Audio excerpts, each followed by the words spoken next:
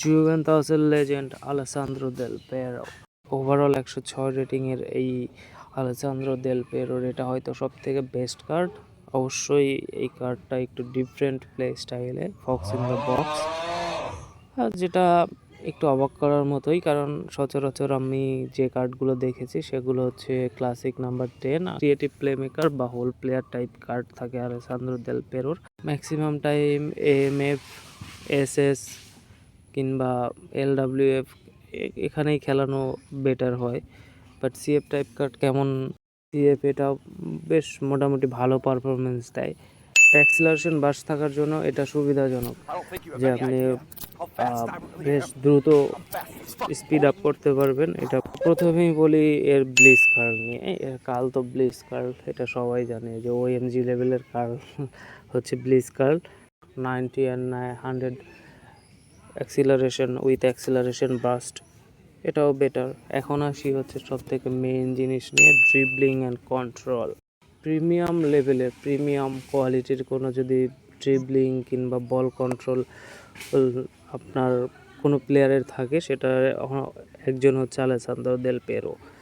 এখন আপনারা যারা এটা দিয়ে খেলছেন অবশ্যই দেখবেন টাইট পজিশন কিংবা ড্রিবলিং কিংবা আপনার বল কন্ট্রোল, এটা অস্থির লেভেলের একটা ফিল দেয়।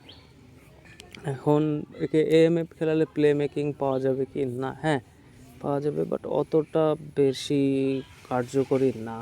লাইক আপনি যেগুলো এএমএফ থেকে পাবেন সেটা হয়তো এই আলেসান্দ্রো দেল পেরোর থেকে পাবেন না, কারণ সে হচ্ছে Fox in the box type. তো আপনি চালাই নিতে পারবেন, যেহেতু আপনি মেইন টার্গেট থাকবে হচ্ছে আপনার একে দিয়ে ব্লিস কার্ল মারা, তো আপনি এটা চালাই নিতে পারবেন। সময় সঠিক জায়গায় থাকবে এটা স্বাভাবিক, আবার কিছু কিছু টাইমে নাও থাকতে পারে, বাট এটা কোনো বিষয় না। বাট আমার মনে হয় এটা পজিশনিং সেন্স অনেক বেটার হবে।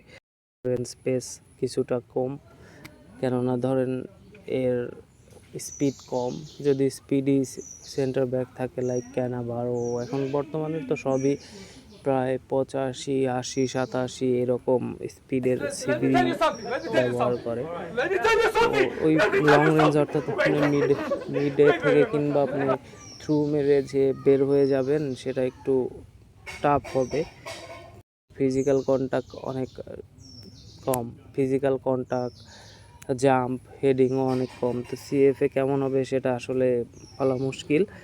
বাট যদি আপনি একে ব্যবহার করেন আপনার মেইন গেম চেঞ্জার হিসেবে, লাইক আপনি এসএস খেলাচ্ছেন কিংবা এএমএফ কিংবা এলডাব্লিউএফ খেলাচ্ছেন, এখানে সেখানে বল কন্ট্রোল করতেছেন অ্যান্ড ওখান থেকে কার্ল করতেছেন, তাহলে এটা আপনার জন্য অনেক ভালো পারফরমেন্স দিবে। তো আমাকে জানাবেন যে এই কার্ডটা আপনাদের জন্য কীরকম পারফর্ম করলো। ধন্যবাদ সবাইকে।